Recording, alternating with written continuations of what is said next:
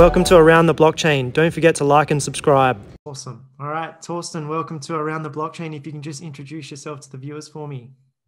Yeah, sure. My name is Torsten Hoffmann. I'm a German-born Australian filmmaker, currently working on my next film. But I think for this interview, what's interesting is my first film, Bitcoin, The End of Money, made in 2014 and 15, and the more recent Cryptopia, which was also shot in Australia, some of it, and supported by Screen Australia, and has been out for about a year. And yeah, it's been doing quite well, and happy to chat with you. Yeah, no, thank you so much. I appreciate you jumping on. Look, you've made, like you've just mentioned, you've made two pretty well-known films within the crypto community. How did you personally get started in the crypto space? Yeah, for me, it was a little bit of a weird one. So I was working for a media company, or actually I had my own media company. I was representing a lot of documentary makers, and I was like making deals for them to broadcasters, to even Netflix. I had a deal like in 2012, 13 or something like that. And eventually it was clear that, I might want to do my first own documentary, but it wasn't quite clear when and how. And then a couple of years earlier, I had met an MBA and wrote a paper about alternative currencies, and not digital, because that didn't really exist then, but really those paper currency script money that some cities use in order to keep money in the system and kind of encourage local producers and local smaller shops rather than the big ones.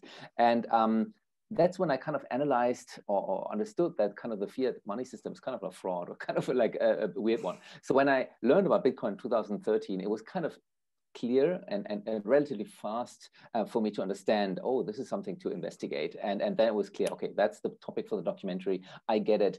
Some people might need a few years to understand it, but this is the job of my documentary. Yeah, absolutely.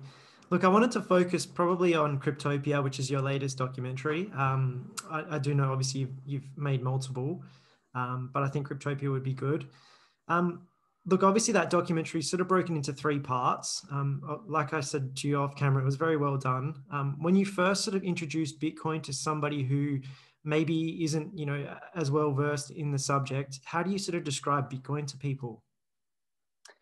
Yeah, I mean, I'm starting with how it works, and I'm also always having to go back to the whole supply issue. So, the fiat money system, obviously, supply goes endlessly up, logarithmic growth, right? That means the value over time goes down, which we call inflation. And Bitcoin is kind of designed the opposite, so tapering off demand. And so far, so good. The value has kind of increased over time. So that's one element. And the other element is really to explain how the blockchain works as a decentralized database. And I'm sure you've had many more experienced and well-versed people on the podcast before me. Yeah, absolutely. Look, a lot of people describe, Bitcoin either as a currency, an inflation hedge, an entirely new asset class. So yeah, I think that's quite interesting usually to kind of talk about. Out of those sort of things, would you categorize Bitcoin as something else as well, or is that kind of wrapped? Yeah, actually, in the film, so the Cryptopia film, the longer version that's on Amazon and other places, kind of has these different narratives, right? I kind of break it down. Is it a banking the unbanked? Is it a currency? Is it digital gold, and so forth? Because it's kind of all of that, right? I mean, we could argue all day long, because to some people it's something else. Like to someone in Venezuela transacting with it, it's different to that billionaire who just wants to, get money out of China for some purposes, right? You look, as a filmmaker, I'm obviously a big fan of the technology. I think that comes across, but I also don't want to be like pushing one narrative too much. I don't think that's a job of the filmmaker. That's a job of you guys that are deeper into that space, or maybe the entrepreneurs that are building something on top of it, right? To convince us, okay, this is how you use it. But technology is neutral, right? Technology can be used for many things. Yeah, absolutely. Look, you traveled to there was a really interesting sort of scene, probably, or segment, I should say, of the film, where you traveled to an unknown location, where it's speculated that about 10% of the entire supply of Bitcoin is stored. Now, in the movie, in the film, it looked like it was kind of like a military bunker. And I'm presuming there are lots of parts of that as well that you one, probably couldn't really talk about, and number two, you definitely couldn't film in. But how was that experience? That to me was, I was quite intrigued about that. So yeah, how was that experience Yeah, for you? that was the action sequence. We had a lot of fun shooting it. It was logistically quite difficult to get the whole crew there. At that time, Zappo owned that vault, and they were quite famous for having a very highly secure cold storage facility. And it's actually not just one. So the system works in a way that your private keys are getting split up into 5 parts, and you need 3 out of 5. So the multi-sig system, and those 5 locations are on 5 different continents and super secure. And we went to one former military, like nuclear grade bunker, decommissioned military bunker. And it was just crazy, right?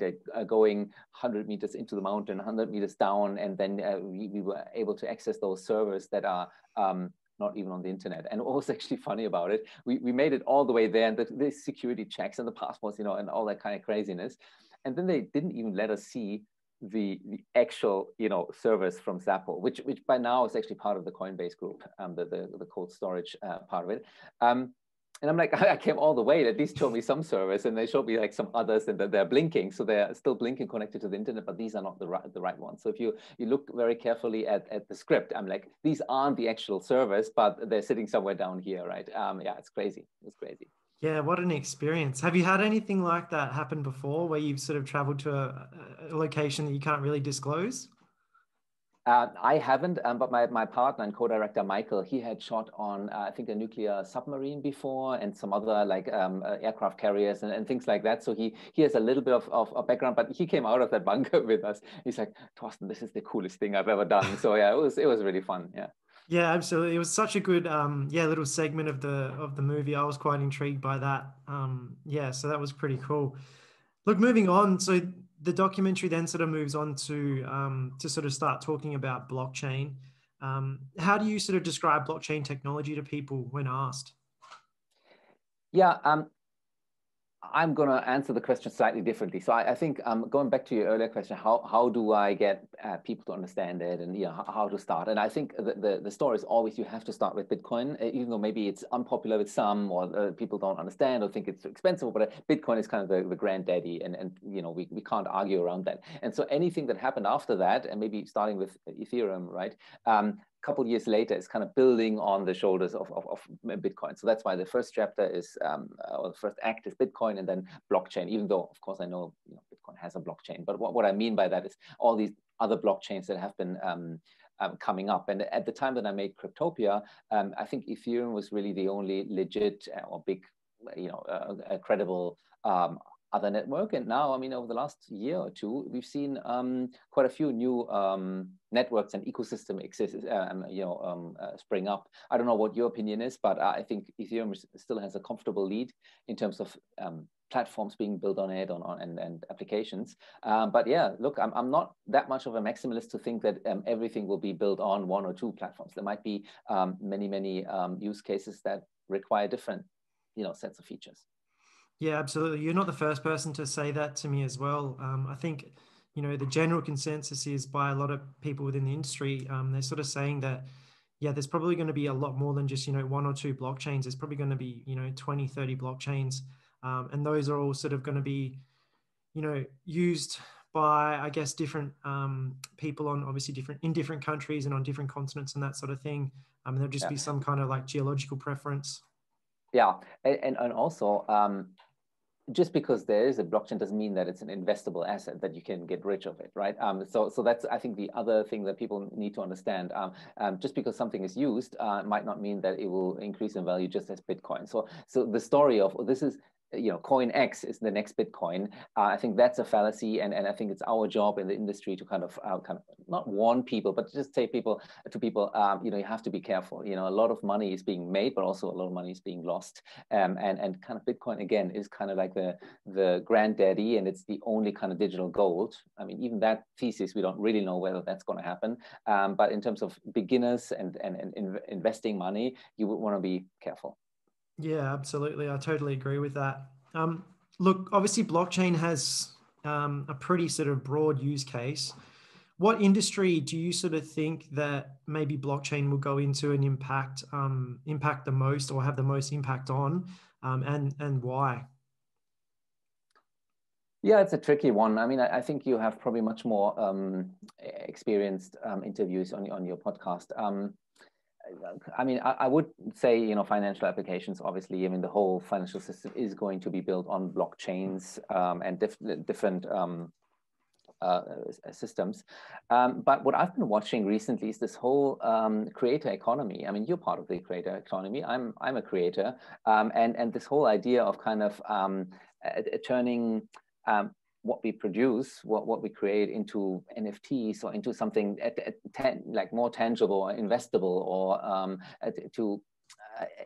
turn it into a collectible. I mean, this is something that I'm super interested in, and unfortunately, it didn't make it into Cryptopia, my last film, but I think that is something super exciting for me.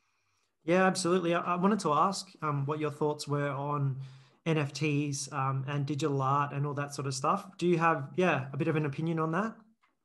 Yeah, a little bit. So again, with all these new things that are coming up every couple of years, there's always like this bull run or this gold rush, right? And everybody thinks, oh, this is the next big thing, and everybody's going to get rich, right? But of course, and we've seen like these NFTs come from nowhere and people making millions of dollars, and good on them, right? But we also have seen that NFTs kind of can drop 90% in price, and that's completely normal. Happened with the ICOs, happened with the altcoins, happened with even .com stocks, which I talk about in the film as well. So it's just kind of this creative destruction that's happening with new stuff. There's going to be scammers, there's going to be this and that, but ultimately, give it time, those things might really manifest itself and become a thing, right? And we are living increasingly in a digital world, so of course it's going to be scarce digital assets. It's just something new to get our heads around. Yeah, absolutely. Look, your documentary then sort of moves on to part 3 and discusses the future of the internet. Obviously, you discuss a number of key points, you know, from enabling free speech to controlling your own data to decentralized governance and reformulating trust. Where do you see, I guess, the future of the internet heading? Yeah, and I'm always ashamed that I didn't say Web3 just now, because Web3 is the other big. I mean, it's part of the same story. The other big trend. Look, this one is a little bit tricky. I mean, obviously, we see the trend towards privacy and more, you know. Maybe people getting sick of the big internet giants kind of sucking all our data and all the profits out of the internet. Of course, we do that. And we also see the success of the Brave browser and like some of these Web3 products and protocols. But will it really succeed? I'm not so sure, right? Some of it might, and again, it might be this geographical differences, right? In some countries, users are more aware or more afraid of Google than in others, or Facebook. So I'm not sure. I mean, what are you seeing? I mean, do you see the user rates going logarithmically up already, or is it still too early to say? I think it's still too early to say, to be honest. Yeah, it's going to be an interesting sort of couple of years, that's for sure. I think you're right, definitely about Web3 as well. It's just going to be difficult to kind of say, especially at this point. Yeah, sorry to interrupt you there, but the other thing is when something new is introduced, there's this gold rush, right? I just talked about it, but there's also like this false idea that this is going to replace that, or the new thing is going to replace the old thing. That almost never happens, right? We still have vinyl records or the radio, right, or the television. So and obviously fiat money and banks are still not going to go away in the next 10 years, right? So the transition happens slowly. Also, like different use cases. So thinking about that, like from a Web3 point of view, we might still all be using Google Mail and Google.com as a search engine, but you know, our identity might be tied to some decentralized network, or our domains, you know, will be you know, not through the traditional DNS system, but those new kind of decentralized protocols. I don't know, just a thought. Yeah, absolutely. I totally agree with all that as well. It's just so hard to kind of tell what's going to happen, I guess. I guess that's why it's called the future. You can't really make a decision now on what's going to happen. But I mean, you're in a good position, because you talk to these founders and practitioners every week, I assume, or even more in the industry, in the meetups and things. So you have the privilege of seeing it in motion, right? So when I make a film, it's slightly different, because I have to kind of do it like prepare and produce for 2 years and then make something that hopefully is still going to be relevant 2 years later, right? So I'm kind of just sucking out the big narratives and the big project, but I can't really monitor it, yeah, minute by minute or project by project. Yeah, absolutely. Look, I am in a bit of a privileged position, I should say. I actually also work for a wholesale investment fund as well that just specializes in digital assets. So they, yeah, they basically do a lot of research into obviously all the new projects and stuff that are coming out. I try not to say a lot on this channel about what we're kind of looking into, just because I don't want it to influence people's decisions. And obviously some of those projects are really, really early days, and they could potentially, you know, rug pull and scam people and stuff. So, but yeah, look, I didn't realize it takes that long to make a movie. How long did it take for Cryptopia to obviously, you know, from the planning phase all the way through to filming and then, you know, final production? Yeah, I mean, 2 years roughly, plus minus, right? Because you never have like that one day where you start or the idea starts, right? And also in my projects, so I'm kind of a filmmaker that's different from the traditional filmmaking industry that kind of waits for money or like a commission or a broadcaster to ask them, okay, you do this film. I'm kind of like a bit more entrepreneurial, so I start making it on my own dime, create something that I can then post on Kickstarter to crowdfund, right? And then go to Screen Australia in this case, and some other broadcasters. So yeah, no, the whole period took a long time. And then also the post-production, right? The editing and the fine-tuning and the this and that and the sound. I mean, this is a hugely costly enterprise to make a cinema documentary like that. And then, you know, the releases also takes a long time. So the plan was to do like a global cinema tour. And we did a big event in Melbourne. I should send you the video. And then COVID happened, right? And I'm stuck in Germany and didn't really know what to do. So I did an online release, which I think turned out quite well. Now on TV, it turns out really, really well. But again, it takes a long time and I'm still promoting it, right? I'm still on it. Yeah, absolutely. Look, you just mentioned that it was crowdfunded. Is that, you know, is that a difficult process to kind of facilitate? Yeah, it's a difficult and a time-consuming process. It's kind of like, you know, you're marketing a product, and your product is, you know, give me $5 or 20 or maybe $100 for film, and I give you these perks a year later. I've done it 4 times. I think 3 of those campaigns were successful, but yeah, it's hard work, and I think it gets easier over time. So because you have films to give as rewards, right? So it gets easier to kind of incentivize fans, but also you get like a little bit of a brand and recognition of your work, right? So as a new, I don't know, film student trying to do it for the first time, I think it's a pretty hard thing to do. Yeah, I could imagine it would be pretty difficult. Speaking of difficulties, I wanted to sort of talk about a couple of maybe behind the scenes things that aren't really known about, that may have been, you know, difficult to navigate. Can you talk about any sort of events that may have happened that obviously people don't know about? Yeah, that were, you know, a bit of a spanner in the works? Yeah, so when I started making Cryptopia, one of the big hot topics in the industry and in the community was the first Bitcoin civil war, right? Bitcoin versus Bitcoin Cash, and then even after that with BSV, kind of the hash wars.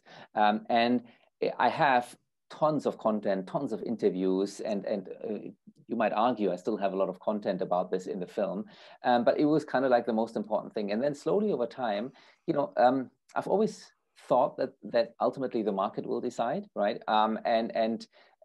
Maybe that's not really the discussion anymore, right? I mean, this whole, you know, Bitcoin is just, I don't know, 200 times more valuable, or I'm exaggerating, 20 times more valuable, I think, than BSV, and probably 10 times more valuable than BCH. So the market has decided that one is clearly digital gold. So there's a use case for that. And as a cryptocurrency, is a digital kind of a currency, Bitcoin Cash, and you might even argue BSV has some sort of use case. It's being used, but way more smaller. So maybe, you know, looking back, again, it's hard to forecast what is going to be happening in 2 years. But I'm also kind of recording history, right? It's also important to kind of know that this thing happened and these blockchains can fork and things like that, because I think for newbies that is important. Same with ICOs, right? Nobody really talks about ICOs anymore. They're now called IEOs and so forth. But I think that history is also important, the good and the bad, right? Some people got very rich, some people got scammed, of course. Yeah, absolutely. I think you're on the money there. Documenting, what's happening while it's happening is super important. We need to sort of look back on these things, like you mentioned a few interesting points there. ICOs, I guess, those sort of things, you're right, don't really get talked about a lot anymore, but they were an important sort of piece of history within, the entire crypto ecosystem. And I think it is, yeah, you're right. I think it is interesting and important to document these sorts of things. Look, you interviewed a lot of interesting people, from Vitalik, who's obviously very, very well known. You interviewed Roger Ver, who's also incredibly well known, Craig Wright. Talk to me about those different people. Obviously, they've all got different personalities. How were they to sort of interview? And I guess who was, to you, the most interesting person that you did interview?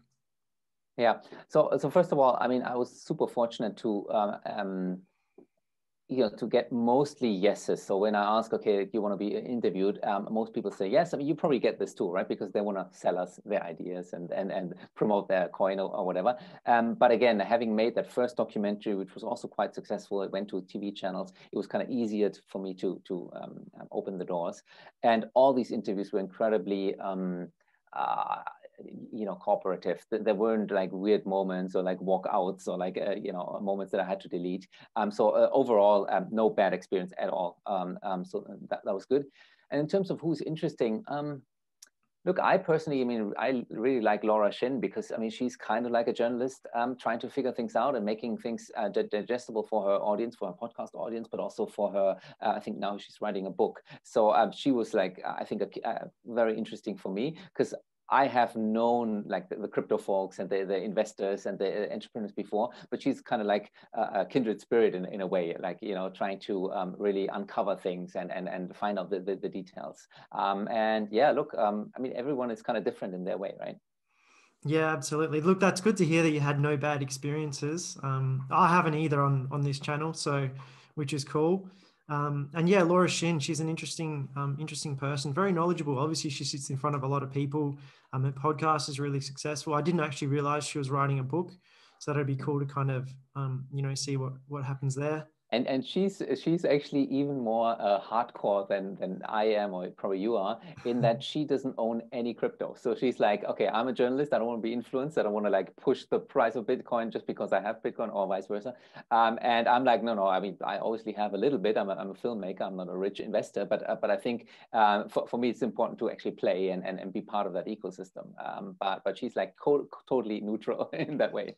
Wow, that's amazing. I didn't know that. I'm the same as you. Yeah, I think playing in the space, you learn a lot when you're, by doing, I believe. So, yeah, I obviously got involved a little while ago.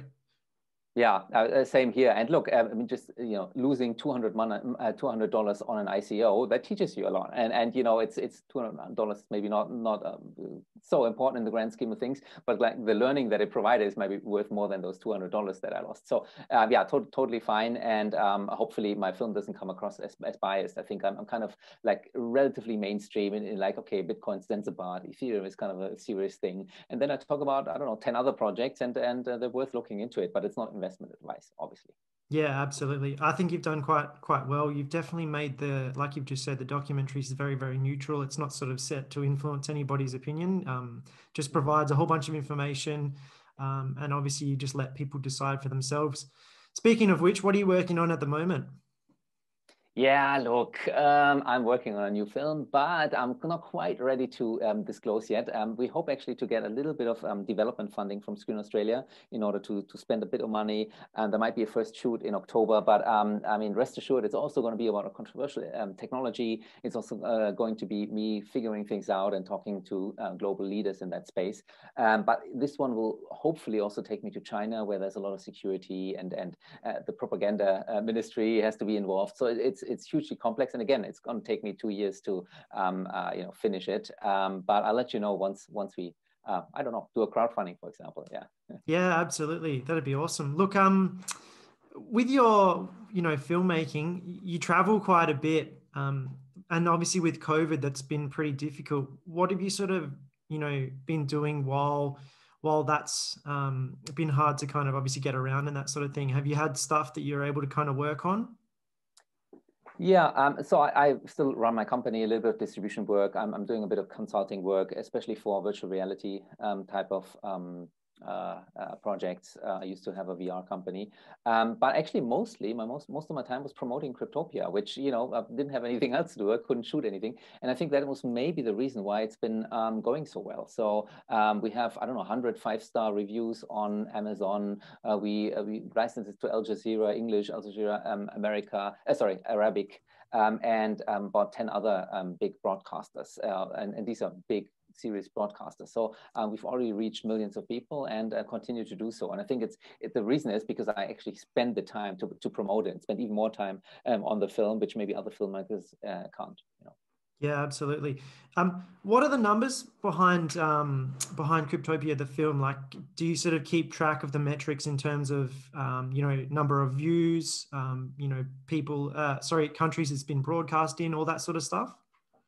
Yeah, a little bit. I mean, I have, like, for example, on Amazon, I have billed users, so people that I've made money from in 131 countries. I mean, that's obviously a great number. And wow. But per view, I mean, if you're an Amazon Prime member, I think I'm getting like, I don't know, 8 cents or 10 cents per, I mean, it's ridiculously low, right? On my website, I sell the film for like $5 or $8 or something.